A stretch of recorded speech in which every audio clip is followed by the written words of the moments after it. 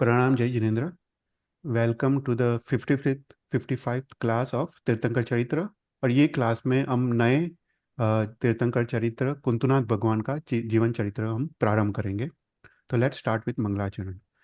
नमो हरियंतारम नमो सिद्धानम नमो आयर्यानम नमो वज्जायानम नमो लोय सव्वसावनम ऐसो पंच नमुकारो सब पाव प्रासनो मंगलारंच सव्य सिम परममय मंगलम राग द्वेष विजेतारम ज्ञातारम विश्ववस्तुना शक्रपूज्य गिरामेशम तीर्थे संस्कृति मानये पन्नगे च सुरेन्द्रे च कौशिके पाद संस्कृति निर्विशेष मनस्काय श्री वीर स्वामिने नमः। तो लास्ट टाइम हम पिछले 4 क्लास में हम एक टॉपिक के बारे में देख रहे थे। हम ये टॉपिक में हम आगे बढ़ते, तो हम एक विज्ञान के बारे में देख रहे थे कि जीव जब अपने मनन स्थान से उत्पत्ति स्थान की तरफ जाता है और उत्पत्ति स्थान तक पहुंचता है, उसके बाद क्या क्या प्रक्रिया होती है, उसके पीछे का तत्व क्या है, उसके पीछे का साइंस क्या है।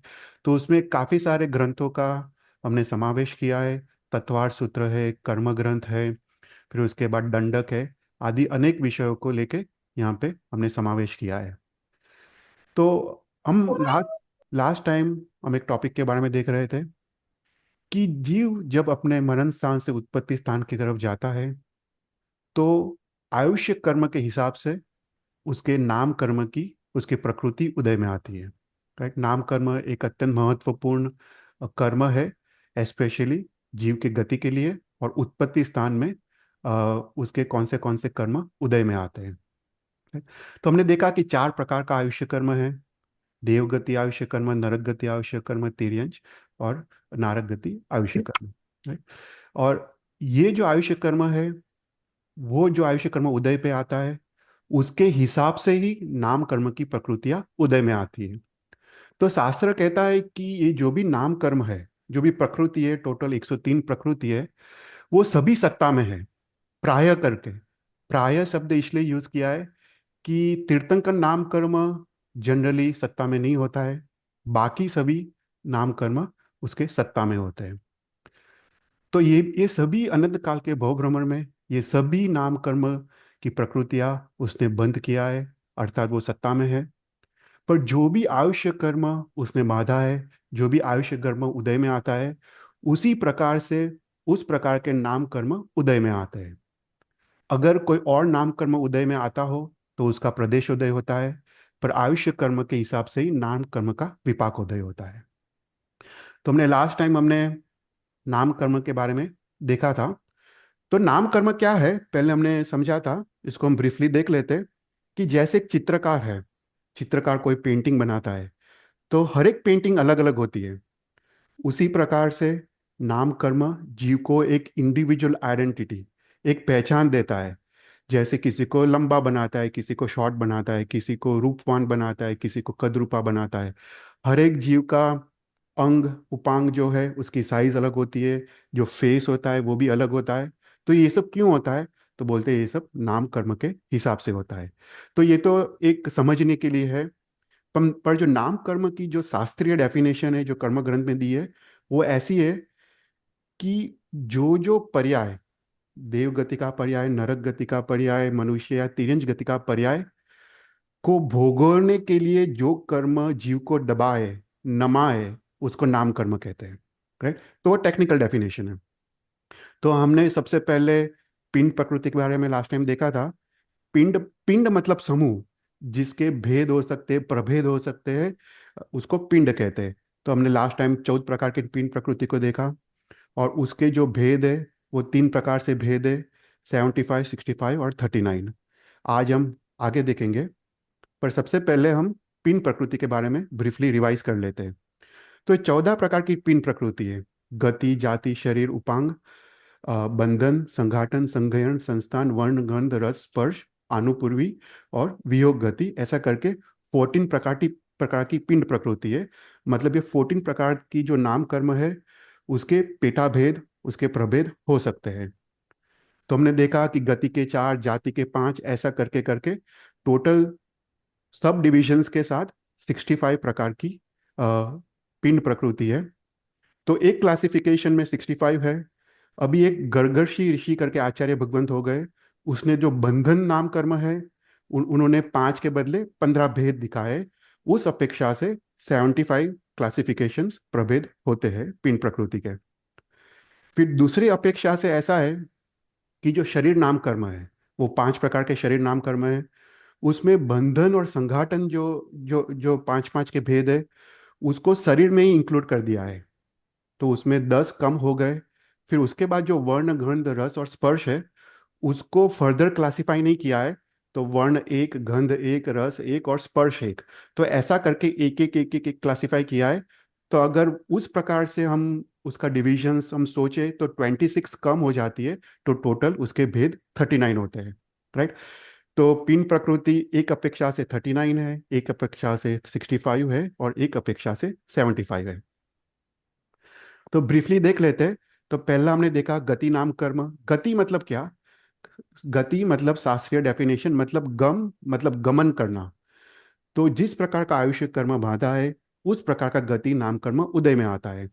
तो हमने लास्ट टाइम देखा था कि ये जो गति नाम कर्म है, वो जीव को एक डायरेक्शन देता है, उत्पत्ति स्थान की तरफ एक डायरेक्शन देता है, वो गति नाम कर्म है।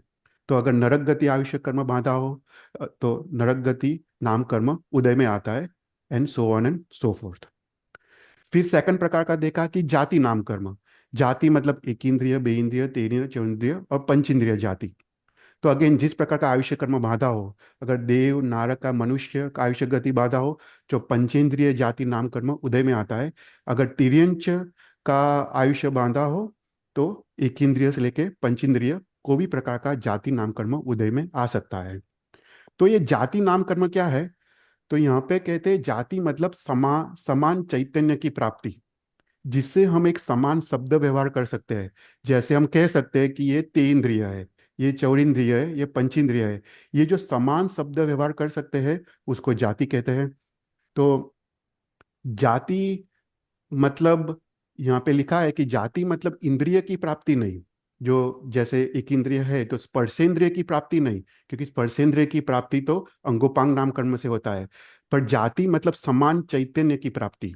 मतलब एक इंद्रिय जीव है, वो सभी एक इंद्रिय जीव की अगर चैतन्य देख लो तो समान होता है, पर बे इंद्रिय से अवश्य कम होता है। अगर बे इंद्रिय ले लो तो सभी बे इंद्रिय का चैतन्य ऑलमोस्ट सिमिलर होता है, पर अवश्य वो ते इंद्रिय से कम होता है।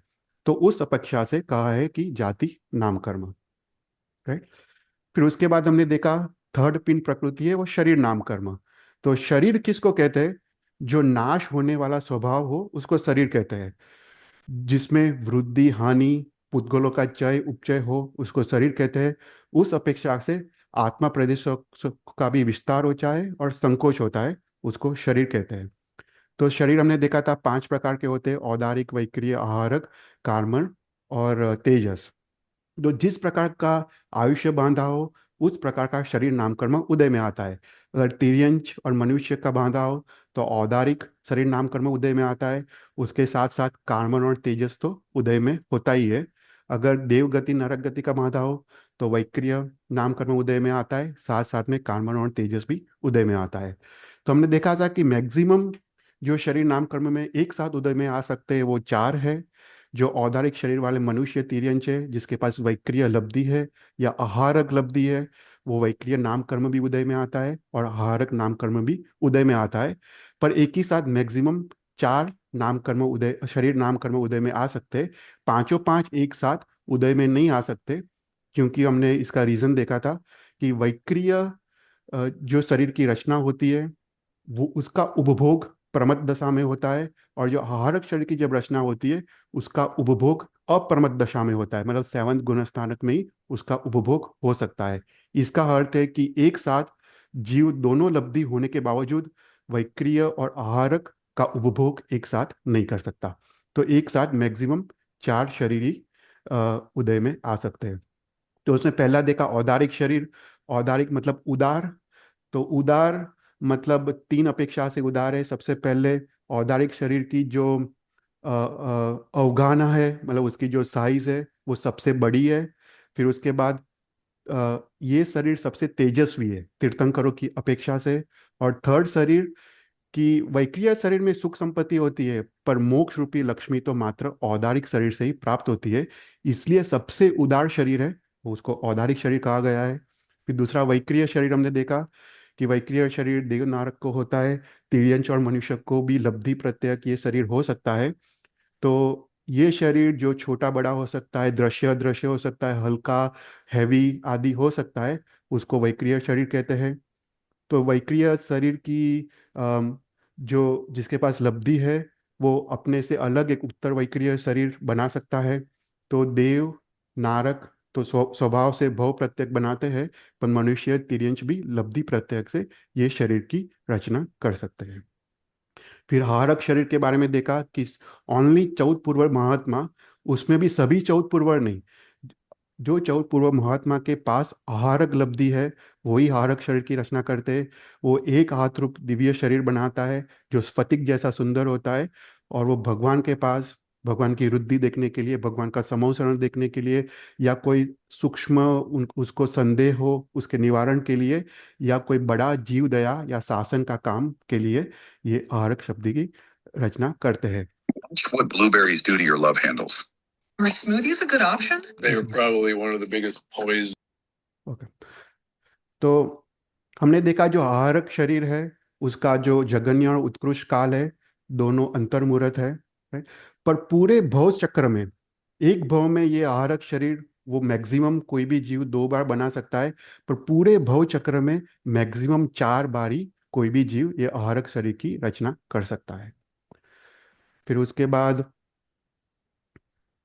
तेजस शरीर तो हमने काफ़ी डिटेल में देखा था। अपना जो हीट एनर्जी है, जो मेटाबॉलिज्म आदि करता है, वो तेजस शरीर है। और कार्मण शरीर मतलब आत्मा के साथ कर्म का संयोग, राइट, का बंधन, उसको कार्मण शरीर कहते हैं। तो जिस प्रकार का आयुष्य कर्म उदय में आता है उस प्रकार का शरीर नाम कर्म उदय में आता है। फिर फोर्थ पिन प्रकृति देखा था, अंगोपांग नाम कर्म। जो अंगोपांग की रचना होती है, राइट, उसको अंगोपांग नाम कर्म से होती है। तो हमने देखा था कि इसमें 3 टर्म्स है, अंग है, उपांग है और अंगोपांग है। तो मुख्य 8 अंग है, उसमें 2 हाथ, 2 पग, पीठ, मस्तक, छाती और उदर, ऐसा करके मुख्य 8 अंग है। उसके उसके पेटा अव्यय, फॉर एग्जाम्पल अगर हाथ ले ले तो एल्बो से फिंगर से उसको उपांग कहते हैं। पग ले ले तो नी से टो से उसको उपांग कहते हैं।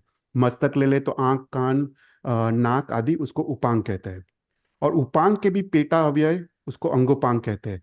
जैसे फिंगर्स के नेल्स, हाथ की रेखा है, राइट, आइस के भ्रमण, तो वो सब अंगोपांग कहते हैं। तो जिस नाम कर्म के उदय से जीव को ये सब प्राप्त होता है, राइट, कितनी बार कोई जीव को एक ही हाथ मिलता है, कभी 3 हाथ मिलते हैं, वो सब क्यों? क्योंकि अंगोपांग नाम कर्म के उदय से उसको प्राप्त होते हैं।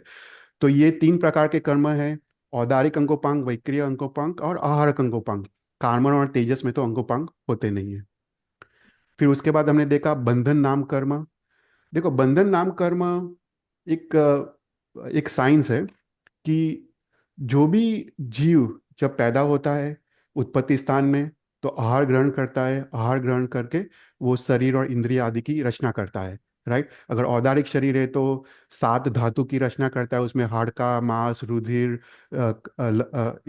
मसल्स, वो सब को कार्टिलेजेस, वो सब की रचना करता है। तो अभी बंधन नाम कर्म क्या करता है कि पुराने जो पुद्गल है जिसका परिणमन हुआ है, और अभी जो नए ग्रहण किए हुए पुद्गल है उसका जो परिणमन हो रहा है, उसको एक में करना, उसको संबंध करना, राइट। जैसे पुराने शरीर उसका हाड़का की रचना हुई है, अभी जो नए हम आहार ग्रहण करते हैं उससे जो हाड़का के पुद्गल की रचना होती है, तो वो सेपरेट नहीं रहते। वो हाड़का के पुद्गल, जो पुराने जो हाड़का के पुद्गल है उसमें एक में हो जाते हैं। तो ये गुंदर का काम करता है, गम का काम करता है। तो ये बंधन नाम कर्म है। तो 5 प्रकार के बंधन नाम कर्म, औदारिक, वैक्रिय, आहारक, तेजस और कार्मण। जिस प्रकार का आयुष्य कर्म उदय में होता है उस प्रकार का बंधन नाम कर्म उदय में होता है। फिर हमने देखा कि गर्गर्षि ऋषि ने बोला है कि बंधन नाम कर्म तो 15 प्रकार के होते हैं। तो वो भी अपेक्षा से सही है, क्योंकि औदारिक औदारिक का तो बंधन होता है, पर औदारिक तेजस का भी होता है, औदारिक कार्मण का भी होता है। उस प्रकार वैक्रिय वैक्रिय का होता है, पर वैक्रिय के साथ तेजस, वैक्रिय के साथ कार्मण का भी बंधन होता है। तो इस प्रकार से उस अपेक्षा से 15 बंधन नाम कर्म है। देखो यहाँ पे कहीं पे भी औदारिक और वैक्रिय का बंधन नहीं है, या औदारिक या आहारक का बंधन नहीं है, क्योंकि यही दिखाता है कि जब जीव वैक्रिय या आहारक शरीर की रचना करता है, वो अपने से अलग शरीर की रचना करता है। इसलिए औदारिक और वैक्रिय या औदारिक या आहारक का बंधन होता नहीं है। उसके बाद हमने देखा संघाटन नाम कर्म। संघाटन नाम कर्म क्या करता है कि ठीक है, शरीर नाम कर्म, अंगोपांग नाम कर्म से जीव पुद्गलों को ग्रहण करके अंगोपांग शरीर आदि की रचना करता है। पर संघाटन नाम कर्म कितने पुद्गल का जत्था लेना है, तो वो जो साइज है, परिमित जो ग्रहण करने की जो साइज है, योग्यता है, वो संघातन नाम कर्म है। फॉर एग्जाम्पल, अगर हाथी को हाथी का शरीर बनाना है तो ज्यादा पुद्गल ग्रहण करने पड़ते हैं। कीड़ी को छोटा शरीर बनाना है तो कम पुद्गल ग्रहण करते हैं। तो ये कौन डिसाइड करता है? ये संघाटन नाम कर्म वो डिसाइड करता है कि कितना पुद्गल का जत्था, द क्वांटिटी, द साइज, कितना ग्रहण करना है, वो संघाटन नाम कर्म है। राइट, तो वो भी 5 प्रकार के: औदारिक, वैक्रिय, हारक, तेजस और कार्बन। फिर उसके बाद हमने देखा संघयन नाम कर्म। संघयन नाम कर्म मतलब शरीर की मजबूताई, शरीर की शक्ति, वो हाड़का की रचना से डिसाइड होती है। तो 6 प्रकार का संघयन है: वज्र ऋषभ, ऋषभ नारज, नारज, अर्धनारज, कलिका और सेवर्त। दो त्रिसष्टी सला का पुरुष है, जो युगलिक मनुष्य है, जो चरम शरीरी है, सबको वज्र ऋषभ नारज होता है। अभी इस काल में पंचम आरा में सभी जीव को सेवार्थ संघयन है। तो इसको हमने लास्ट टाइम देखा था कि ये डिफरेंट डिफरेंट हाड़के की रचना। फिर उसके बाद संस्थान नाम कर्म। संस्थान नाम कर्म मतलब शरीर की आकृति। राइट, शरीर की आकृति कैसी है, वो संस्थान नाम कर्म से पता चलता है कि शरीर सामुद्रिक शास्त्र से प्रमाण युक्त है या प्रमाण युक्त के बिना है। राइट, वो संस्थान संस्थान नाम कर्म डिसाइड करता है। तो उसमें सम चतुरस, नय ग्रोद्र, सादी, कुब्ज, वामन और हुंडक। उसमें त्रिसष्टी साल का पुरुष है, इवन देवता के देवलोक है, चरम शरीरी है, युगलिक मनुष्य, ये सबका सम चतुर संस्थान होता है। बाकी जो मनुष्य है, उनका 6 में से कोई भी संस्थान हो सकता है। पर जो तिर्यंच के जीव है, सबका हुंडक होता है। तिर्यंच में एक इंद्रिय, बे इंद्रिय से लेकर पंचेंद्रिय तिर्यंच का सभी सभी का हुंडक संस्थान होता है। हमने लास्ट टाइम डिटेल में देखा था कि समचतुरस मतलब क्या है, न्याय ग्रोद्र मतलब क्या, ये सब हमने लास्ट टाइम डिटेल में देखा था। उसके बाद 9th 10th 11th 12th वर्ण, गंध, रस और स्पर्श रूपी नाम कर्म। मतलब अपना शरीर का कलर कौन सा है, वर्ण कौन सा है। राइट, तो ये वर्ण नाम कर्म के उदय से है। शरीर का गंध कैसा है, तीर्थंकरों का जो श्वासोश्वास होता है वो सुगंधी है। राइट, तो उसी प्रकार वर्ण, गंध, रस और स्पर्श नाम कर्म हर एक के पेटा भेद है। वो जो वर्ण है वो 5 प्रकार के हैं, फिर गंध है 2 प्रकार के हैं, वो फिर जो रस है वो 5 प्रकार के हैं, और जो स्पर्श है वो 8 प्रकार के हैं। राइट, तो ऐसे करके शास्त्र में वर्ण, गंध, रस और स्पर्श नाम कर्म का यहाँ पे उल्लेख किया है। उसमें अशुभ और शुभ ऐसे करके 2 में क्लासिफाई किया है। फिर उसके बाद आनुपूर्वी नाम कर्म। ये अगेन एक इम्पॉर्टेंट नाम कर्म है। वो एक जगह से दूसरे जगह उत्पत्ति स्थान में जाने के लिए। तो हमने देखा था कि जो गति नाम कर्म है वो डायरेक्शन देता है, पर वो डायरेक्शन में पहुंचने के लिए जीव को जो टर्न्स लेना पड़ता है, वक्रता। राइट, हमने देखा था रुजु गति और वक्र गति। तो कभी कभी जीव को एक टर्न लेना पड़ता है, 2 टर्न, 3 टर्न या 4 वक्रता उसको लेनी पड़ती है। तो वो वक्रता कौन कराता है? तो ये आनुपूर्वी नाम कर्म उसको टर्न्स या वक्रता कराता है। तो नरकानुपूर्वी नाम कर्म तिर्याचु और मनुष्य, और देवानुपूर्वी नाम कर्म, ऐसे करके 4 उसके भेद है। और लास्ट पिंड प्रकृति में देखा वो है वियोग गति नाम कर्म। मतलब जीव की चाल कैसी है, जीव की चाल सुंदर है या अशुभ है। राइट, तो हाथी, बरद या हंस की चाल उसको सुंदर चाल कहते हैं, और गधेड़े, पाड़ा की चाल उसको अशुभ गति कहते हैं। तो उस प्रकार से 14th पिंड प्रकृति के बारे में हमने देखा था। तो पिंड प्रकृति 14 प्रकार की है, उसके भेद प्रभेद करके 39, 65 और 75 उसके क्लासिफिकेशंस है। अभी अभी हम आज के क्लास में हम प्रत्येक त्रस और स्थावर हम प्रकृति के बारे में देखेंगे। तो अभी प्रत्येक प्रकृति, तो प्रत्येक प्रकृति किसको कहते हैं? जैसे हमने देखा पिंड प्रकृति मतलब समूह, पिंड मतलब समूह, जिसके फर्दर डिविजन्स या क्लासिफिकेशंस सकते हैं, उसको पिंड कहते हैं। पर प्रत्येक मतलब एक एक प्रकृति, जिसके फर्दर क्लासिफिकेशंस पॉसिबल नहीं है, उसको प्रत्येक प्रकृति कहते हैं। तो ये प्रत्येक प्रकृति 8 प्रकार की है: पराघात, उच्छ्वास, आताप, उद्योत, अगुरु, लघु, तीर्थंकर, नाम, कर्म, निर्माण, उपघात, ऐसा करके 8 प्रकार की प्रत्येक प्रकृति है। तो कोई भी क्वेश्चंस हो तो बीच में पूछना।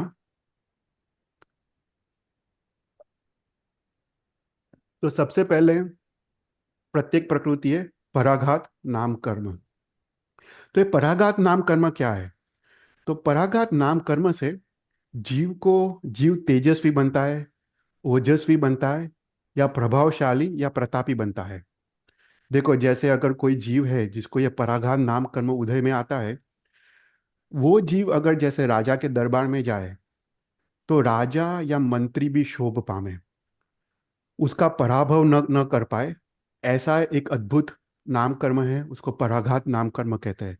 उसके मात्र प्रेजेंस से, उसके मात्र वाणी से ही दूसरे जीव वो दब जाए, दूसरे जीव उसको पराभव न कर पाए, ऐसी जो अद्भुत जो नाम कर्म है, उसको पराघात नाम कर्म कहते हैं। तो ये पराघात नाम कर्म के उदय से कोई बलवान राजा या बुद्धिमान पंडित से भी उसका प्रभाव अधिक या ज्यादा होता है। तो ये जो काम करता है वो पराघात नाम कर्म करता है।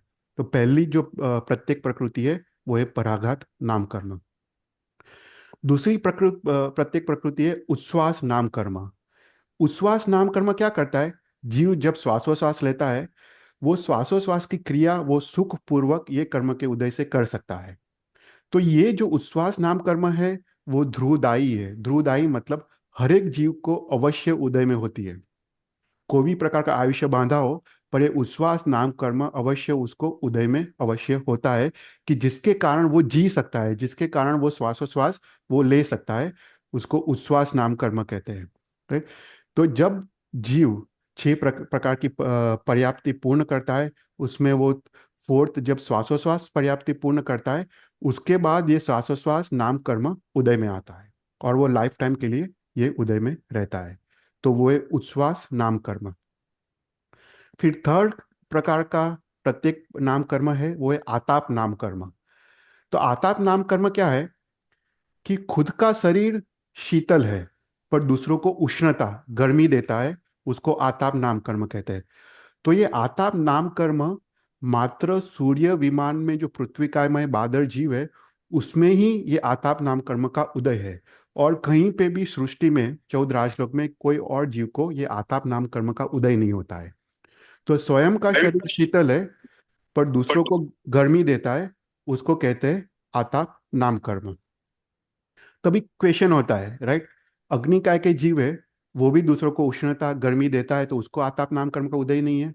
तो बोलते हैं नहीं, उसको आताप नाम कर्म का उदय नहीं है, क्योंकि अग्नि काय का कोई जीव है, उसका शरीर भी गर्म है और दूसरों को भी गर्मी देता है। पर यहाँ पे आताप नाम कर्म मतलब खुद का शरीर शीतल है, पर दूसरों को गर्मी देता है, उसको कहते हैं आताप नाम कर्म।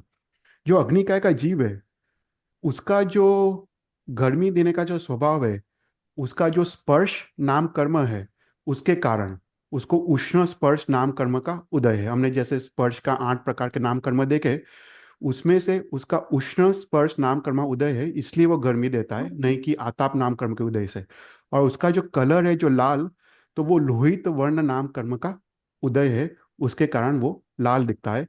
पर अग्निकाय के जीव को आताप नाम कर्म का उदय नहीं है, मात्र सूर्य विमान में पृथ्वी काय में जो बादल जीव है, उनको ही आताप नाम कर्म का उदय है। कोई भी क्वेश्चंस? फिर उसके बाद नेक्स्ट फोर्थ प्रत्येक प्रकृति है वो है उद्योत नाम कर्म। उद्योत नाम कर्म मतलब क्या? स्वयं का शरीर वो शीतल है और दूसरों को भी शीतलता देता है, उसको बोलते हैं उद्योत नाम कर्म। right? स्वयं भी शीतल है, दूसरों को भी शीतल प्रकाश लेता हो, उसको बोलते हैं उद्योत नाम कर्म। तो उद्योत नाम कर्म कहाँ कहाँ कौन से जीव को होता है? तो सबसे पहले जो साधु भगवंत है, जिनके पास वैक्रिय शरीर की लब्धि है, वो जब वैक्रिय शरीर की रचना करते, वो वैक्रिय शरीर में उद्योत नाम कर्म का उदय होता है। मतलब वो वैक्रिय शरीर स्वयं शीतल है, दूसरों को शीतलता देता है। फिर उसके बाद जो देवगण है, देवता है, उनके खुद के शरीर में तो उद्योत नाम कर्म का उदय नहीं है। पर जब वो उत्तर वैक्रिय शरीर की रचना करता है, वो उत्तर वैक्रिय शरीर में उद्योत नाम कर्म का उदय होता है। उसी प्रकार साधु भगवान के खुद के शरीर में उद्योत नाम कर्म का उदय नहीं है, पर वो जो उत्तर वैक्रिय शरीर की रचना करते हैं, उसमें ही उद्योत नाम कर्म का उदय होता है। उसी प्रकार सूर्य के अलावा अन्य जो भी ज्योतिष है, ग्रह, चंद्र, नक्षत्र, तारा, ये सभी में जो पृथ्वीकायमय जीव है, वो सबको उद्योत नाम कर्म का उदय है, एक्सेप्ट फॉर सूर्य। उसके बाद जो पृथ्वी में जो रत्न है, मणि, नीलम, पन्ना आदि, जो रत्न में भी उद्योत नाम कर्म का उदय है। फिर उसके बाद शास्त्र कहता है कि अमुक प्रकार की वनस्पति, उसमें भी उद्योत नाम कर्म का उदय होता है। तो ऐसे अनेक जीवों में ये उद्योत नाम कर्म का उदय है। तो इसको थोड़ा डिटेल में समझाया है कि सबसे पहले साधु भगवान को खुद के शरीर में उद्योत नाम कर्म का उदय नहीं है, पर वैक्रिय शरीर की रचना करे, उसमें उद्योत नाम कर्म का उदय है। ये उद्योत नाम कर्म का उदय कब प्रारंभ होता है? कि बोलते हैं कि थर्ड पर्याप्ति पूर्ण होने के बाद वैक्रिय शरीर में उद्योत नाम कर्म का उदय होता है। तो ये सिर्फ साधु भगवत के लिए ही पॉसिबल है, तो श्रावक के लिए नहीं है। कोई श्रावक के पास अगर वैक्रिय लब्धि है, वो वैक्रिय शरीर की रचना करे, तो वो वैक्रिय शरीर में उद्योत नाम कर्म का उदय नहीं है।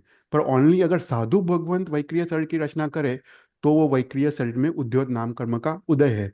पर श्रावक, जैसे अंबट श्रावक की बात आती है, वो अपने उसके पास वैक्रिय लब्धि है, वो वैक्रिय शरीर की रचना करता है, पर उसमें उद्योत नाम कर्म का उदय संभव नहीं है। उसी प्रकार देवता खुद के शरीर में उद्योत नाम कर्म का उदय नहीं है, पर जब उत्तर वैक्रिय शरीर की रचना करते हैं, उसमें उसको उद्योत नाम कर्म का उदय तीन पर्याप्ति के बाद उसको शुरू होता है। फिर नारकी, सभी नारकी जीवों के पास उत्तर वैक्रिय शरीर की लब्धि होती है, पर नारकी के मूल शरीर या उत्तर वैक्रिय शरीर में, दोनों में उद्योत नाम कर्म का उदय नहीं है। फिर तिर्यंचों में कहा है, एक इंद्रिय से लेकर पंचेंद्रिय, पांचों पांच प्रकार के तिर्यंच में उद्योत नाम कर्म का उदय संभव है, पॉसिबल है। राइट। तो ऐसा करके यहाँ पे उद्योत नाम कर्म के बारे में डिटेल में शास्त्र में समझाया है। फिर उसके बाद नेक्स्ट प्रत्येक प्रकृति है, प्रत्येक नाम कर्म है, वो है अगुरु लघु नाम कर्म। तो अगुरु लघु नाम कर्म क्या करता है कि ये अगेन ध्रुवदायी है, मतलब सभी जीव को अवश्य उदय में होता है। तो इससे जीव को अपना शरीर नहीं हल्का लगता है, नहीं हैवी लगता है। जैसे हाथी को अपना शरीर हैवी नहीं लगता है, वो अपना शरीर का वजन को वहन कर सकता है। कीड़ी है, उसका अपना शरीर हल्का नहीं लगता है, वो अपना शरीर का वजन को वहन कर पाती है। उसी प्रकार वायुकाय के जीव या तेवकाय के जीव, उनको भी अपना शरीर हल्का नहीं लगता है, पर उसको प्रमाण युक्त लगता है।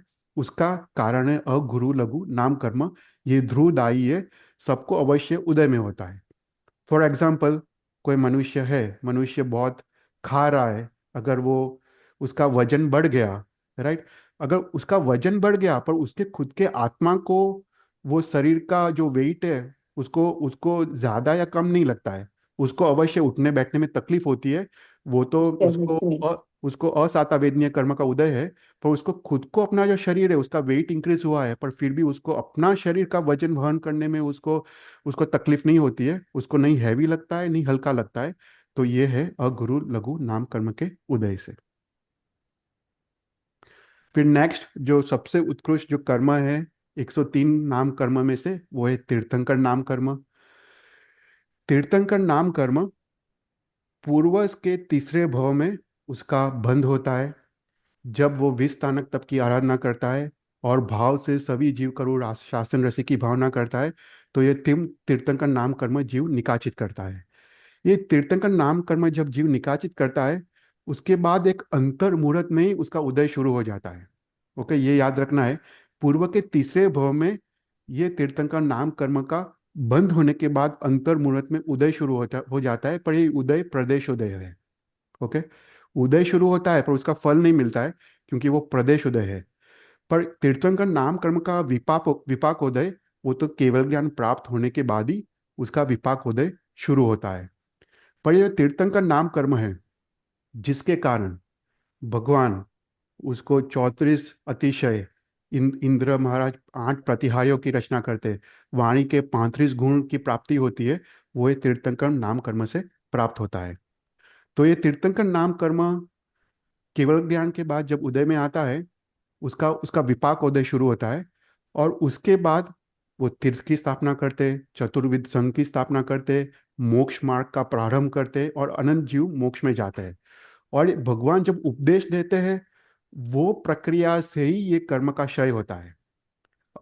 भगवान को जब तक तीर्थंकर नाम कर्म है तब तक वो मोक्ष में नहीं जा सकते। तो भगवान को अवश्य तीर्थ की स्थापना करनी पड़ती है, अवश्य उपदेश देना पड़ता है। इसके कारण ही ये कर्म का भोग हो सकता है और ये कर्म क्षय हो सकता है। तो ऐसा जो उत्कृष्ट जो कर्म है वो तीर्थंकर नाम कर्म। तो यहाँ पे तीर्थंकर नाम कर्म एक बार जब बंद हुआ पूर्व के तीसरे भाव से, राइट, तो ये बंद कंटिन्यूस चालू रहता है। वो कब तक चालू रहता है? अंतिम भाव में शपक श्रेणी, जब एक गुणस्थान, जब तीर्थंकर का जीव आता है शपक श्रेणी में, तब तक ये तीर्थंकर नाम कर्म का बंध वो कंटिन्यूअस आत्मा करते जाता है।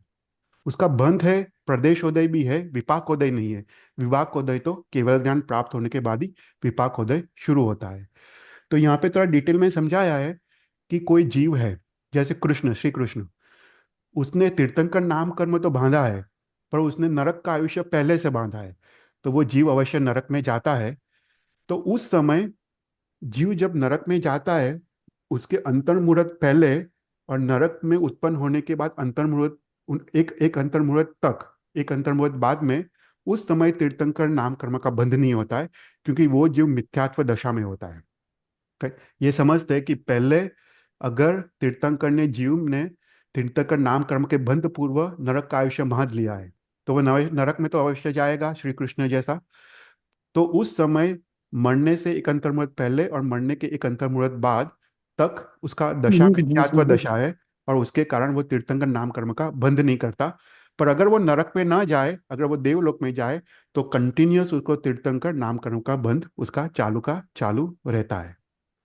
तो जब जीव तीर्थंकर नाम कर्म का बंध करता है, उसके साथ साथ अनेक नाम कर्म का बंध करता है। सौभाग्य नाम कर्म, सुस्वर नाम कर्म, आदेय नाम कर्म, यश नाम कर्म आदि तीव्र रस वाली प्रकृतियों को वो साथ में बंद करता है। इससे क्या होता है कि पूर्व के तीसरे भाव से ही जो तीर्थंकर के जीव है, उनका जो आदर है, जो सौभाग्य है, यश है, वहां से ही उसका शुरू हो जाता है। और जब तीर्थंकर के अंतिम भाव में जब भगवान का जन्म होता है, तो देवता गण आते हैं। देवता भगवान को लेके मेरू पर्वत में जाके अभिषेक करते हैं। वो सब क्यों होता है? तीर्थंकर नाम कर्म के वजह से नहीं, क्योंकि उसका विपाक उदय तो केवल ज्ञान के बाद होने वाला है। पर जो सौभाग्य, सुस्वर, आदि और यश नाम कर्म जो उन्हें बांधे हैं तीर्थंकर नाम कर्म के साथ, उसके कारण भगवान को आदर, भगवान को सम्मान और भगवान को ये सब की प्राप्ति होती है। कोई क्वेश्चंस?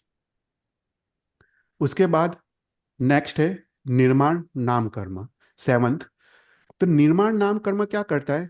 देखो, हमने देखा अंगोपांग जो नाम कर्म है, वो अंगोपांग की रचना करता है, हाथ पांव जो भी है अंगोपांग की रचना करता है। पर जो निर्माण नाम कर्म है, वो ये अंगोपांग को उचित जगह पे स्थापित करता है। देखो, हमारे हाथ हाथ के जगह पे है, हमारे पाँव पाँव पे जगह पे है। ऐसा नहीं है कि हाथ और पाँव इंटरचेंज हो गए। तो ये निर्माण का नाम कर्म है, वो ध्रुवदायी है, सभी जीव को अवश्य उदय में होता है। उसके कारण जो अंगोपांग है, वो उचित जगह पे वो उसकी गोठवण होती है, राइट। कोई क्वेश्चन पूछे कि ठीक है, कभी कभी देखा है कि एक पाँव मिसिंग है या अंगोपांग में खामी है, तो वो निर्माण नाम कर्म के उदय से नहीं है, वो उपघात जो नेक्स्ट नाम कर्म है उसके उदय से है। पर निर्माण नाम कर्म तो अवश्य सभी जीव को उदय में अवश्य होता होता है, जिसके कारण अंग उपांग वो सभी उचित स्थल पे वो कनेक्टेड होते हैं। और लास्ट जो प्रत्येक नाम कर्म है, वो है उपघात नाम कर्म, जिसके कारण जीव को शरीर में विकृति पैदा होती है, अंगोपांग का दुख होता है, अंगोपांग अस्त अस्त व्यस्त होते हैं। वो है उपघात नाम कर्म। ये अत्यंत अशुभ नाम कर्म है, उसको बोलते हैं उपघात नाम कर्म। तो उपघात नाम कर्म से क्या होता है? जैसे किसी को 3 पाँव होते, किसी को 1 पाँव होता है, राइट, ये विकृति है। किसी को 6 उंगलियां होती है, किसी को 4 उंगली होती है, राइट, ये सब उपघात नाम कर्म है। और बोलते हैं कि इवन जो जीव सुसाइड करता है, आत्महत्या करता है, वो उपघात नाम कर्म के उदय से होती है। क्योंकि क्या होता है, उसको अपने शरीर से ही दुख प्राप्त होता है। जिसको अपने शरीर से दुख प्राप्त हो वो उपघात नाम कर्म का उदय है। जैसे कोई ब्रिज से जंप कर ले, गले में फांसा डाल दे, वाटर में सुसाइड करे ड्राउन होके, या फायर में अग्नि में कूद जाए, तो क्या होता है, शरीर से ही उसको दुख होता है। तो वो उपघात नाम कर्म का उदय है। तो ऐसा करके 8 प्रत्येक नाम कर्म समझाया। तो सबसे पहले हमने देखा पिंड प्रकृति 14 टाइप्स की, प्रत्येक नाम कर्म 8 टाइप का, और नेक्स्ट है त्रस दशक और स्थावर दशक। तो जो त्रस दशक है वो शुभ नाम कर्म है, और स्थावर दशक है वो अशुभ नाम कर्म है। तो इसको हम ब्रीफली देख लेते हैं। तो सबसे पहले त्रस दशक में जो पहला है त्रस नाम कर्म, जिससे जीव को त्रसपना प्राप्त होता है। त्रस मतलब क्या, अपने इच्छा से गमनागमन कर पाए, उसको त्रस कहते हैं। सुख और दुख के प्रसंग से वो एक जगह से दूसरे जगह पे जा जा पाए, उसको त्रस कहते हैं। तो जैसे बेइंद्रिय, तेइंद्रिय, चौनिंद्रिय, पंचेंद्रिय जीव, उसको त्रस कहते हैं। तो यहाँ पे क्वेश्चन होता है कि जो वायु का जीव है, तेयु का जीव है, वो भी गमनागमन तो करता है। तेयु का जीव है, अग्नि का जीव, जब फायर लगता है तो एक झाड़ से दूसरे जाओ झाड़ वो गमनागमन करता है। तो बोलते बात तो सही है, पर वो अपने इच्छा से गमनागमन नहीं करता है। जब सुख या दुख का प्रसंग आता है, उस इच्छा से वो गमनागमन नहीं करता है, वो तो स्वाभाविक रूप से गमनागमन करता है।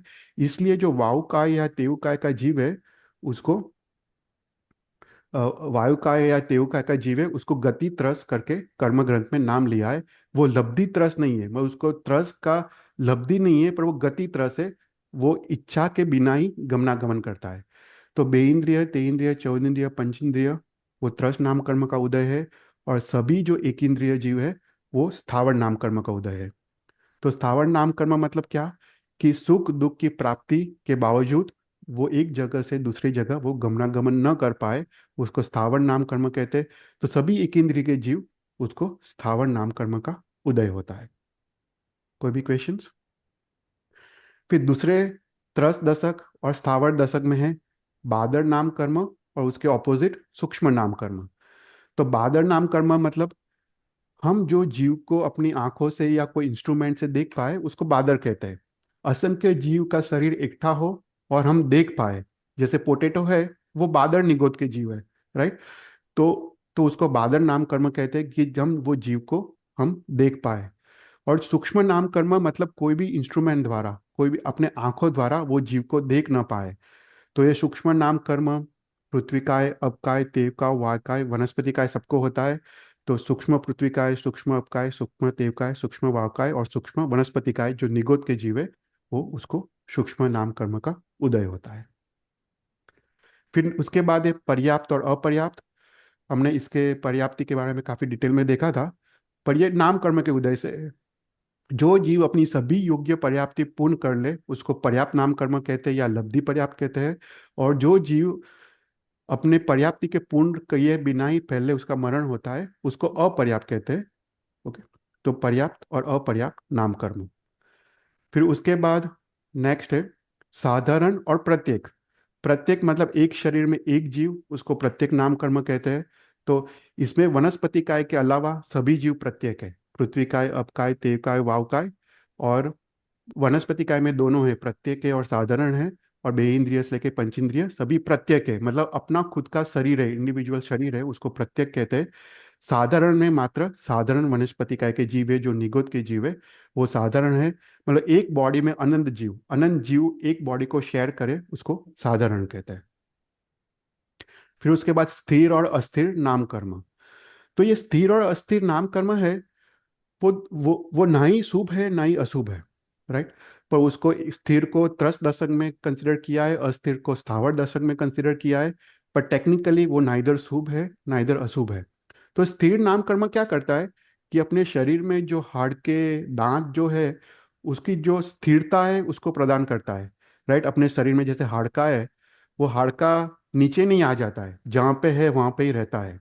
अपने जो दांत है, हम मुंह को ओपन करते हैं तो दांत नीचे नहीं गिर जाते, राइट। वो क्यों होता है, वो स्थिर नाम कर्म का उदय है। अस्थिर नाम कर्म है, अपनी जो जीभ है, अपनी आंखें हैं, पापन है, वो कंटिन्यूअस हिलती रहती है, वो अस्थिर नाम कर्म का उदय है। तो जीव को स्थिर नाम कर्म और अस्थिर नाम कर्म का उदय अवश्य होता ही है। वो ध्रुवदायी है, मतलब अवश्य दोनों नाम कर्म का उदय एक साथ अवश्य चालू रहता है। फिर उसके बाद शुभ नाम कर्म और अशुभ नाम कर्म। नाम ये भी ध्रुवदायी है, जीव को दोनों शुभ और अशुभ नाम कर्म उदय में होते हैं। ये क्या है, अपने नाभि से ऊपर के अवयव को शुभ कंसिडर करते हैं, खेत कंसिडर करते हैं, वो शुभ नाम कर्म है। और जो नेवल के नीचे के जो अवयव है उसको अशुभ कंसिडर करते हैं, वो अशुभ नाम कर्म का उदय है। कि जैसे हम किसी के मस्तक पे हाथ रखते हैं तो किसी को खुशी होती है क्योंकि हाथ शुभ कहलाता है। पर अगर किसी के मस्तक पे हम पाँव रखें तो किसी को खुशी नहीं होती है, रोष होता है, क्योंकि पांव वो अशुभ नाम कर्म है। तो अगेन ये ध्रुवदायी है। नाभि के ऊपर के अवयव को शुभ कंसिडर करते हैं, नाभि के नीचे के अवयव को अशुभ कंसिडर करते हैं। फिर वो है सौभाग्य और दुर्भाग्य नाम कर्म। कोई ऐसा जीव है, वो किसी पे उपकार ना करे फिर भी सबको प्रिय लगे, सबको वहाला लगे, वो सौभाग्य नाम कर्म का उदय है। पर कोई ऐसा जीव है, दूसरों को कितना भी हेल्प करे, कितना भी मदद करे, उपकार करे, फिर भी लोगों को अप्रिय लगे।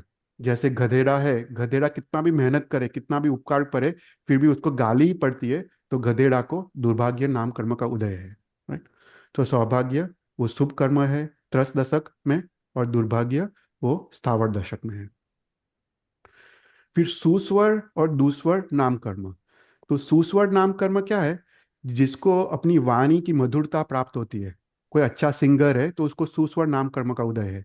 पर जिसकी वाणी में कठोरता है, सुनने में अप्रिय लगे, उसको दुस्वर नाम कर्म का उदय है। जैसे कोयल है, उसको सुस्वर नाम कर्म का उदय है, और जो कौवा है उसको दुस्वर नाम कर्म का उदय है। फिर आदे और अनादे नाम कर्म। आदे नाम कर्म से जीव कुछ भी अयुक्त वचन बोले फिर भी लोग उसको प्रमाण करें, उसके वचन को लोग माने, वो आदेव नाम कर्म है। जब वो जीव अपने सामने आता है तो लोग खड़े होके उसको वंदन करें, हाथ जोड़ के अंजलिबद्ध प्रणाम करें, वो आदे नाम कर्म का उदय है। और अनादे नाम कर्म मतलब, अगर जीव युक्ति युक्त बोले, हितकारी वचन बोले, फिर भी कोई उसको मान्य न रखे, वो हाथ जोड़ के विनंती करे तो भी कोई सुनने के लिए तैयार नहीं है, वो अनादे नाम कर्म का उदय है। फिर उसके बाद है, लास्ट है यश कीर्ति नाम कर्म का उदय और अपयश कीर्ति नाम कर्म का उदय। तो यश नाम कर्म का उदय है, तो अपने तप, शौर्य, पराक्रम, त्याग आदि से उसकी ख्याति चारों ओर, चारों दिशा में फैले, वो यश नाम कर्म का उदय है। और अपयश नाम कर्म का उदय मतलब, वो कुछ भी करे, कितना भी तप त्याग आदि करे, फिर भी उसको कोई भी प्रशंसा प्राप्त न हो, उसको अपयश नाम कर्म का उदय कहते हैं। तो यहाँ से सबसे ज्यादा यश नाम कर्म का उदय किसको है, वो सकम सूत्र में आता है महायश। कहते हैं पार्श्वनाथ भगवान का जो यश नाम कर्मा है वो पराकाष्ठा का था, इसलिए पार्श्वनाथ भगवान की ख्याति अभी भी, तुम देखो कोई भी देरासर में मोस्टली पार्श्वनाथ भगवान विराजमान होते हैं, क्योंकि उनका यश नाम कर्म पराकाष्ठा का था। तो ऐसे करके हमने नाम कर्म के बारे में देखा। 14 पिन प्रकृति, 8 प्रत्येक प्रकृति, 10 त्रस दशक जो शुभ है, और 10 स्थावर दशक उसको अशुभ कहते हैं। तो ऐसे करके नाम कर्म के बारे में देखा। इसके बाद एक और टॉपिक ब्रीफली है गोत्र कर्म, क्योंकि वो भी नाम कर्म के साथ वो कनेक्टेड है। जीव जब उत्पत्ति स्थान में पहुंचता है तो उसको आइधर उच्च गोत्र मिलता है या नीच गोत्र मिलता है। तो अगर किसी को उत्तम जाति, कुल, बल, रूप, तप आदि, ऐश्वर्य आदि की प्राप्ति हो, वो उच्च गोत्र नाम कर्म है। या किसी को हीन जाति, हीन कुल, बल, रूप आदि मिलता हो, उसको नीच गोत्र की कर्म की प्राप्ति है। तो यहाँ पे क्वेश्चन मैं पूछता हूँ कि उच्च गोत्र नाम कर्म हम कैसे बांध सकते हैं। किसी को आ, कोई एक्सप्लेनेशन है कि हमको अगर उच्च गोत्र नाम कर्म हमको बांधना हो, उसके सबसे बेस्ट, सबसे सरल उपाय क्या है उच्च गोत्र नाम कर्म बांधने का। तो शास्त्र कहता है गुरु वंदन। गुरु वंदन की प्रक्रिया से उच्च गोत्र नाम कर्म का बंध होता है। इसलिए हमको अवश्य रोज गुरु वंदन अवश्य करना चाहिए। गुरु वंदन करने से ही हमको जैन धर्म मिलेगा। उत्तम जाति कुल वो जैन धर्म है, राइट। तो गुरु वंदन करने से उच्च गोत्र कर्म का उनको बंध होता है। तो यहाँ तक हमने नाम कर्म और गोत्र कर्म के बारे में देखा। नेक्स्ट क्लास में हम ये टॉपिक को आगे बढ़ाएंगे, पर उसमें हम एक एक बहुत ही इंटरेस्टिंग टॉपिक के बारे में बात करेंगे। उसको बोलते हैं गति अगति द्वार। तो ये दंडक प्रकरण में आता है कि कौन सा जीव कौन से गति में जा सकता है, राइट। फॉर एग्जाम्पल, अगर वायु का जीव है, वो कौन से गति में जा सकता है, कौन से गति में नहीं जा सकता। उसी प्रकार जो सभी प्रकार के जीव है, वो कौन से गति में जा सकते, कौन से गति में नहीं जा सकते, और कौन से गति से आ सकते, कौन से गति से नहीं आ सकते, उसको बोलते हैं गति अगति द्वार। तो वो हम थोड़ा डिटेल में देखेंगे। काफ़ी इंटरेस्टिंग टॉपिक है, नेक्स्ट क्लास में हम वो कंटिन्यू करेंगे। तो यहाँ पे हम कुंतुनाथ भगवान का जीवन चरित्र हम स्टार्ट करते हैं। कोई भी क्वेश्चन हो तो यू कैन आस्क। जय जिनेन्द्र चेतल भाई, हाँ, हाँ। खूब खूब अनुमोदना ऑन ज्ञान पंचमी दिन we are learning from you, thank you. Thank you. Question ये है कि ये तीर्थंकर नाम कर्म की मनुष्य गति में ही बंधा जा सकता है या तिर्यंच में भी कोई बांध सकता है? नहीं, मनुष्य गति में बांध होता है। और कोई गति में नहीं होता है इनका? नहीं, देव हाँ। गति में भी नहीं होता? नहीं, देव गति में नहीं होता है। सिर्फ मनुष्य गति में ही तीर्थंकर नामकर्म का बंध होता है।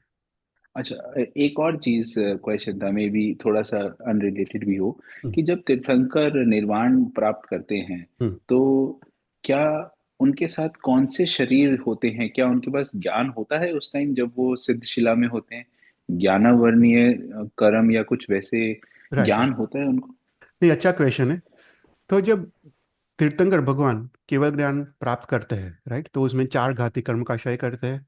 चार अघाती कर्म अभी भी बाकी है। जब तक उनका आयुष्य है, तब तक उनका चार अघाती कर्म अभी भी बाकी है। जब उनका आयुष्य पूर्ण होने को आता है, तब वो शैलेशीकरण की प्रक्रिया करते हैं, राइट। और शैलेशीकरण की प्रक्रिया में वो बाकी के चार कर्म, अघाती कर्म का वो नाश करते हैं, राइट। नाम कर्म, गोत्र कर्म, वेदनीय कर्म और आयुष्य कर्म। तो चार अघाती कर्म का उस समय नाश करते हैं। तो जब सभी प्रकार के आठों आठ कर्म का नाश हुआ है, तो क्या बचता है? आत्मा का स्वाभाविक जो गुण है, वही बचता है। तो आत्मा के गुण क्या है? अनंत ज्ञान, अनंत दर्शन, अनंत वीर्य, अनंत आनंद, अव्याभात स्थिति, राइट। ये सब आत्मा के गुण हैं। तो आठ कर्म के क्षय से जो आठ जो गुण है सिद्ध भगवान के, वो गुण ऑटोमेटिक प्रकट होते हैं, राइट। तो केवल तो मोक्ष में क्या है? मोक्ष में कोई भी प्रकार का शरीर नहीं है, नहीं तेजस शरीर है, नहीं कार्मण शरीर है। कर्म का नाश है, तेजस शरीर भी नहीं है, औदारिक वैक्रिय आदि कोई भी प्रकार का शरीर नहीं है। तो अशरीरी है, सिर्फ आत्मा है। आत्मा के अपने गुण हैं। तो उनको अनंत ज्ञान है, अनंत दर्शन है, अनंत चारित्र है, अनंत वीर्य है, अनंत दान है, अनंत लब्धि है। सब कुछ अनंत है। तो वही गुण के भोग और उपभोग में वो कंटिन्यूस रहते हैं। तो मोक्ष में अवस्था में ये सब कुछ है। तो मैंने कहीं ऐसे पढ़ा था कि ज्ञान आपका प्रोग्रेस में भी हिंड्रेंस होता है, जैसे हम ज्ञान का परिग्रह भी नहीं करना चाहिए, तो ये क्या चीज ठीक है? नहीं, ये वो एक अपेक्षा से लिखा है, राइट। ज्ञान का परिग्रह नहीं करना चाहिए, उसका मतलब क्या? राइट, ज्ञान का परिग्रह मतलब क्या? कि ये ज्ञान सार में ये बात आती है ज्ञान के परिग्रह की। वो हम्म। महोपाध्याय यशो विजय महाराज साहब ने ये ज्ञान का परिग्रह की बात की है। ज्ञान का परिग्रह मतलब ज्ञान से उठता हुआ अभिमान, अच्छा। या उसको ज्ञान का परिग्रह कहते हैं, राइट। कि हमको जीवन में कितना ज्ञान चाहिए मोक्ष जाने के लिए? बहुत कम। हम्म। सही में हमको बहुत ज्ञान नहीं चाहिए।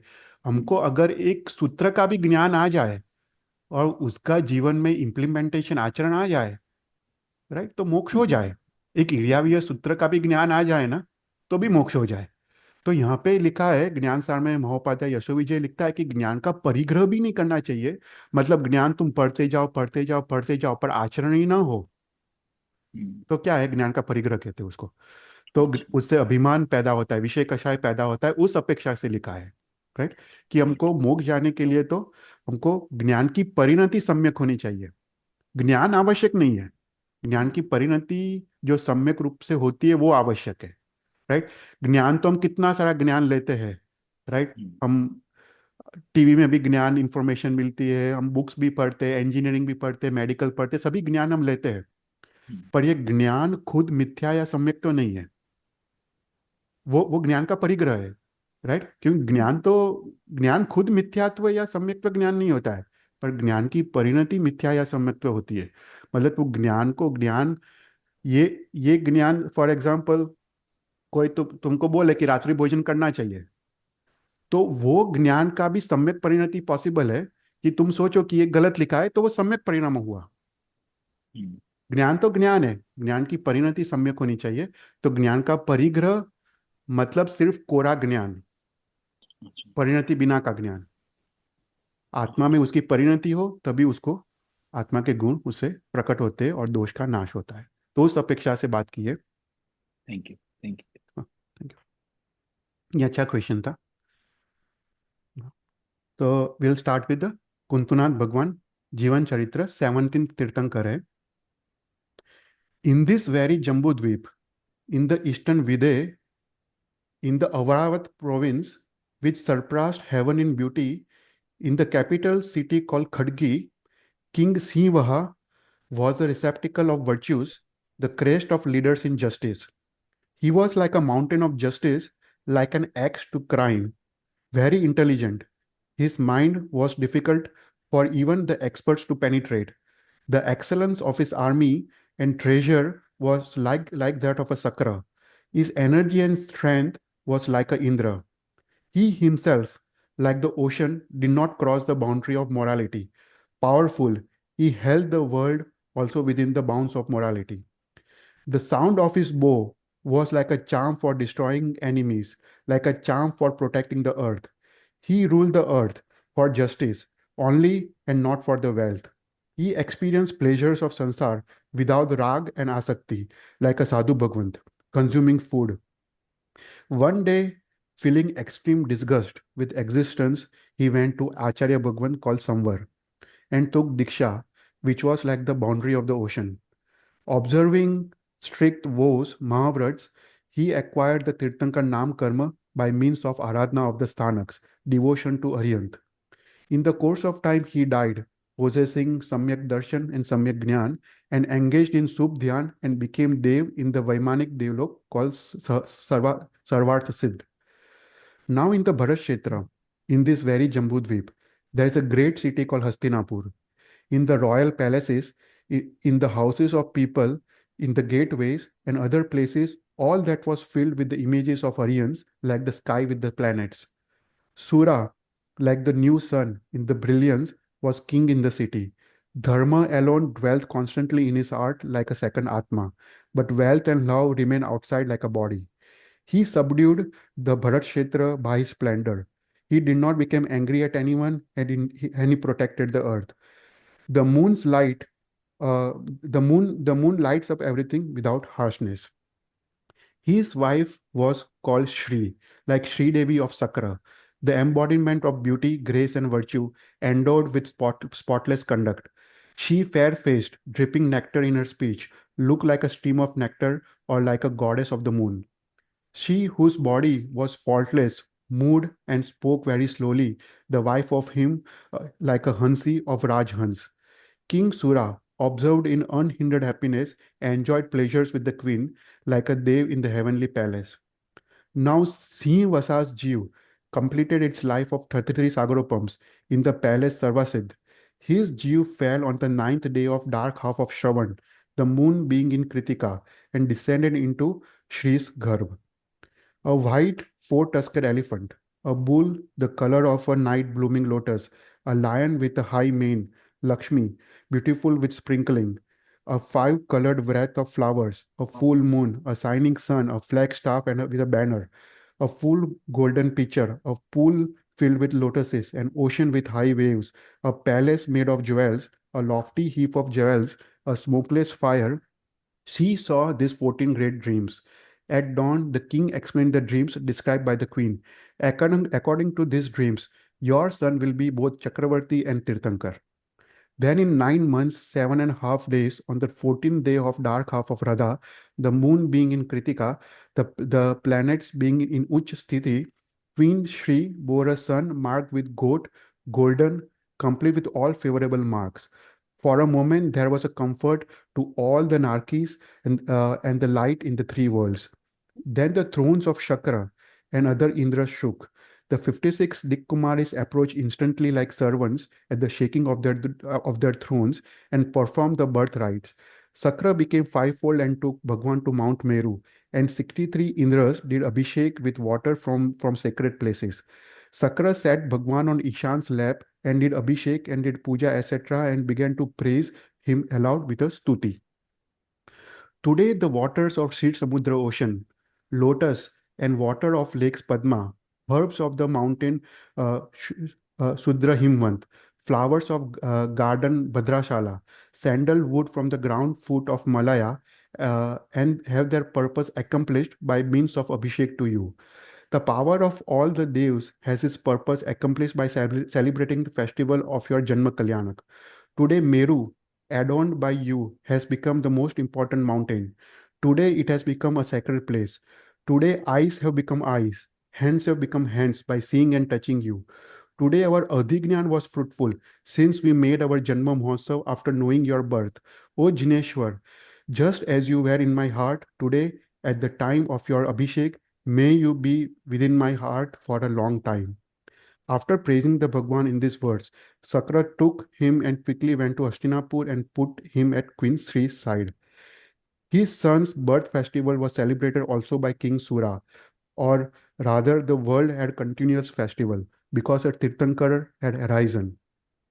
Because the queen had seen a heap of jewels called Kuntu while she was in the garb, his father gave him the name Kuntu.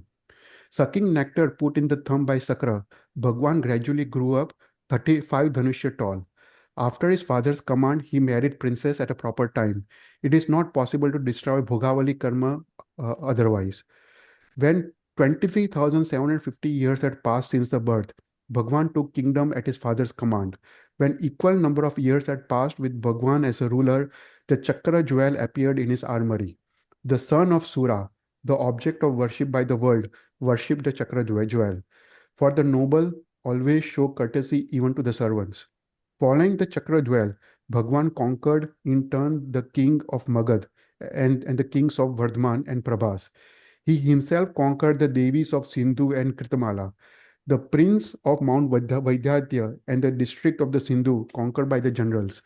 Bhagwan entered and left Tamisra Gufa, the door having been opened by the general, and had the Malechas named Apatas also conquered. The second district of the Sindhu was subdued by the general, and Bhagwan went and conquered the prince of Shudra Himvant. Saying it is a custom, Bhagwan wrote his name on the Rishabh and then following the Chakra jewel, he returned from the place. The Bhagwan went to Vaidhyadya and was worshipped by the kings of Vidyadhars, belonging to two roads of Mount Vaidhyadya with many king kinds of presents. The Bhagwan himself conquered the goddess of Ganga and Nathmala and had district of Ganga filled with Malechas conquered by the generals. Bhagwan and his retinue entered the cave Khanda Pratapa, opened by the general, and left Vaidhyatya. The nine treasures, Naisarpa, etc., living at the mouth of Ganga, submitted to Bhagwan voluntarily. Bhagwan had the second district of Ganga conquered by general. So Bharashetra was conquered in 600 years. Then Sri Kuntu, the requirements of Chakravarti being completed, attended by mans and devs, returned to Hastinapur. The Bhagwan's coronation as emperor was celebrated by devs and men, and a festival took place in the city for 12 years. 20,750 years passed while Sri Kuntu remained as power as a Chakravarti.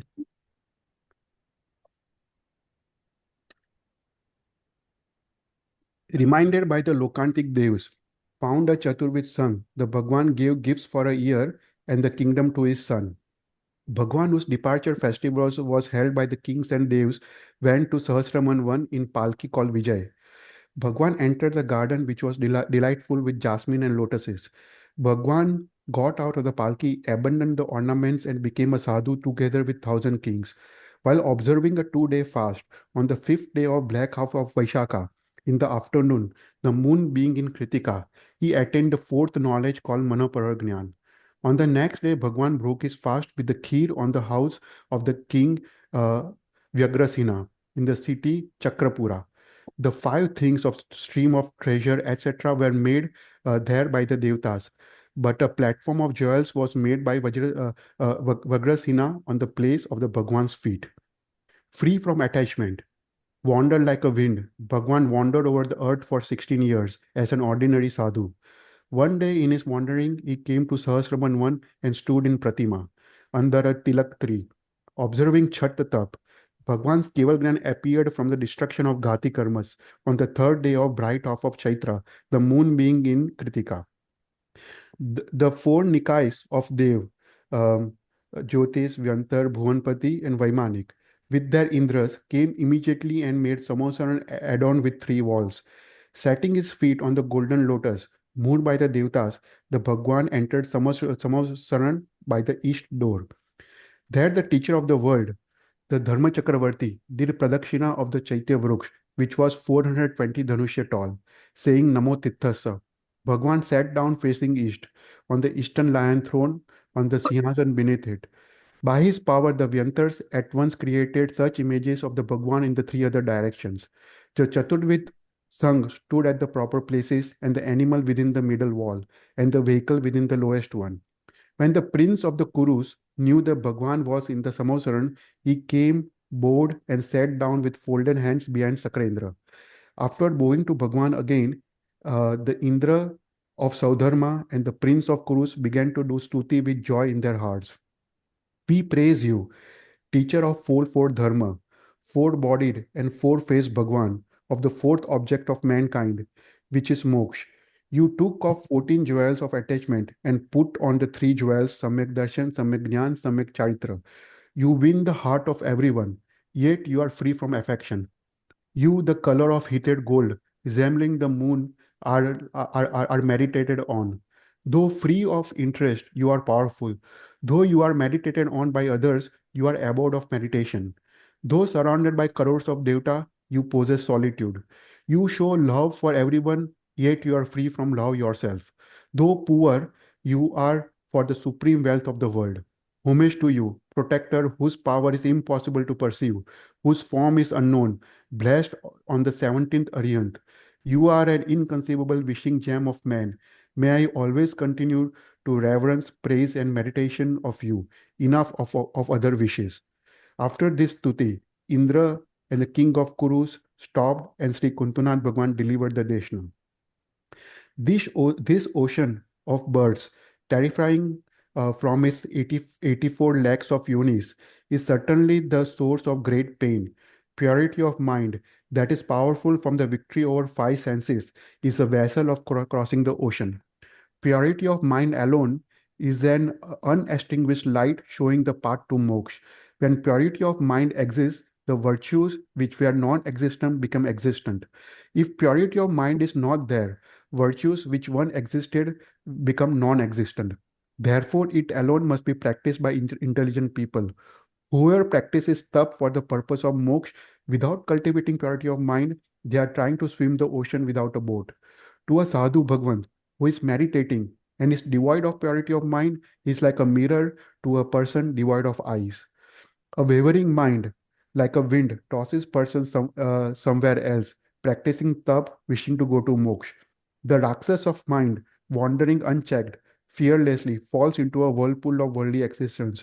Whoever practices dhyan, if his mind is unrestrained, he is an object of ridicule, like a lame man wishing to go to the foot on a wishing to go to the village on a foot. The karmas are blocked completely if the mind is restrained. If one whose mind is unrestrained, it advances. The monkeys of the mind is eager to wander out about everywhere. It must be restrained by the person wishing to go to moksha. Therefore, by all means, purity of mind must be practiced by the one seeking moksha. What what is the use of tap or svadhyay if there is no purity of mind? Victory over rak and dvesh is made by the purity of mind alone. By means of by means the atma remains in its true form without stain. After hearing Bhagwan's Deshna on purity of mind, many persons took Diksha, and there were 35 Gandhars, Swayambhu, etc. at the end of first Prahar. He ceased Deshna, and Swayambhu, occupying Bhagwan's footstool, delivered Deshna. At the end of second Prahar, he ended his Deshna, and Devs, etc. bowed to Sri Kuntunath and went to their respective abodes. Originating in the Chaturvid Sangh, the Yaksh Gandharva, and with the Hans for a vehicle dark, with one right hand in Vardhan position and one holding a noose. The left arm holding a citron and a good became Yaksh of Kuntunath Bhagwan. Originating in that Chaturvid Sangh, a Devi Bala, fair-bodied, with a peacock for a vehicle, with right arms holding a citron and a trident, with left arms holding Masundi and a lotus, always near became Bhagwan's Yakshini. The Bhagwan, never deserted by Yaksh and Yakshini, wandered everywhere from the place for the benefit of Jews capable of moksha. 60,000 sadhus, 60,600 sadhvis, 670 chaudpurvis, 2,500 Audhignanis, 3,340 with Manopragyan, 3,200 Keval Gnanis, 4,000 with Vaikriya Labdhis, 2,000 Vadis, 1 lakh 920,000 Shravaks, 3 lakhs 81,000 Shravikas composed Bhagwan's Chaturvid Sangh as he wandered from time of Keval Gnan.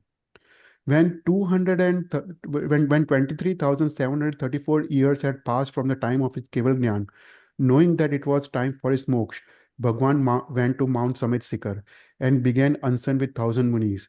At the end of the month, on the first day of the black half of Radha, the moon being in Kritika, Bhagwan and the munis attained an eternal abode called moksha. Bhagwan life was 95,000 years, equally divided as prince, king, emperor, and muni. Kuntunath Bhagwan's moksha took place half a Palyopam after Sri Shantinath Bhagwan's moksha.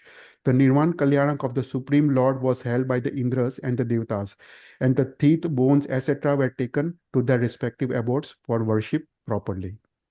तो ऐसा करके यहाँ पे कुंतनाथ भगवान का जीवन चरित्र खत्म होता है.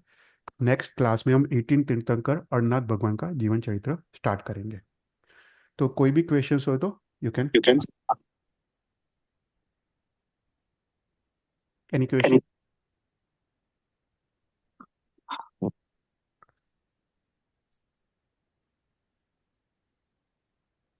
ठीक है, कोई क्वेश्चन नहीं हो तो हम मंगलाचरण कर लेते. नमो हरियंतानम, नमो सिद्धानम, नमो आयरियनम, नमो उज्जायनम, नमो ले सवसावनम, ऐसो पंचनमुकारो सव पापरासो मंगलांच सवसिम परमहि मंगलम.